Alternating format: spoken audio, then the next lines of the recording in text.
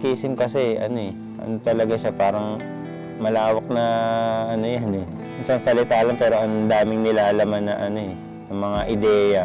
Ako bilang isang individual, ako para sa akin, kung anarchism ba yung maituturing sa ginagawa ko, yung pagkukundin ako sa pagdudumina, ewan ko kung paano yun sa iba.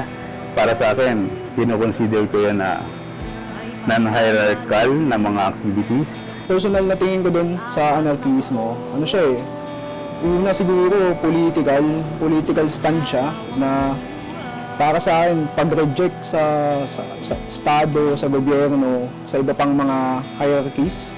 Ganun. Kasi parang ang tingin ko bilang isang anarkista ay ano siya eh, inherently oppressive siya sa mga tao na yung pagkaaroon ng sentralisadong kapangyarihan at authority sa iba pang mga individual. Para sa akin ano siya eh, oppressive siya, hindi siya dapat nag-exist at hindi ko siya kinikilala.